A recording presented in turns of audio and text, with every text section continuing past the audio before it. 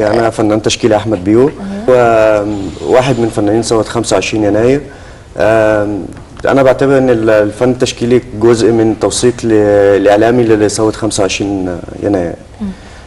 بنشارك في أعمال خيرية كتير، بنعمل عملية تجميل للميادين، بنعمل مبادرات كتيرة بحيث إن احنا نقدر نوعي الشعب المصري إن بلدنا دلوقتي يعني لازم تقوم بشكل جديد. يعني بجد ابتديتوا فعلا تشتغلوا على أرض الواقع. اشتغلتوا مثلا في ميادين زي ايه؟ او ميدان عابدين مثلا رسمنا. انا رسمتوا على حيطان الميدان. اجتمعت المجموعه على عمل مبادره اسمها مبادره فنيه مصريه، وابتدت بالفعل المبادره دي انطلقت بعد احداث 25 يناير.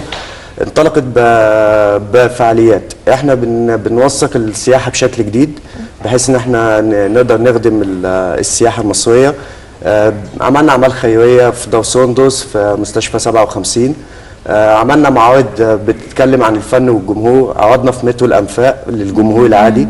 يعني ابتدينا نطلع كمان الاعمال الفنيه من قاعات العرض وننزلها للجمهور في الشارع بحيث ان ما تبقاش العمليه على شق معين من المجتمع المصري. احمد، يمكن الفن التشكيلي يعني من انواع الفنون اللي بيعبر به الفنان وعلى المتلقي انه يحسه بطريقته ويفهمه باسلوبه.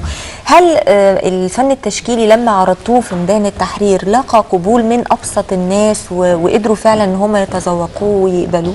بالتالي طبعا هو كان في جمهور كبير بيتجمع حوالينا واحنا بنشتغل وبنرسم. احنا كنا دايما بنرسم ونعلق اعمالنا على الحيطان وبنحتفظ بيها، وهي معانا لحد دلوقتي لان هي حاجه مهمه جدا. انا بعتبرها دي توثيق للثوره عامه. الرسم عامه سهل جدا ان اي شخص، هو رساله مباشره بدون ما يكون شخص حتى ما بيعرفش يقرا او يكتب. بمجرد ما بيشوف الرسم بيفهم الجمله اللي احنا عايزين نقولها. احتكاكاتنا احنا شايفين بعض اعمال حضرتك وبعض برضو اعمال الزملاء على الشاشه معانا. دي حاجات رسمتها في ميدان التحرير عن الثوره، وحاجات ما بعد الثوره. حتى في احداث انا كنت دايما بحس يعني كان في وقت الثوره كان قبلها في احداث نهر النيل والمشاكل اللي بتدور عليه، فرسمت لوحه اسمها مصر هبه النيل.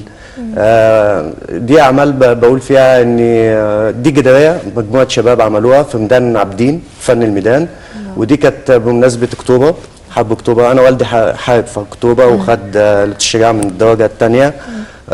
فتاثرنا كتير بالحرب 73 وقلنا ان دي برضه حدث مهم لازم كلنا كمصريين ان احنا نحتفل بيه.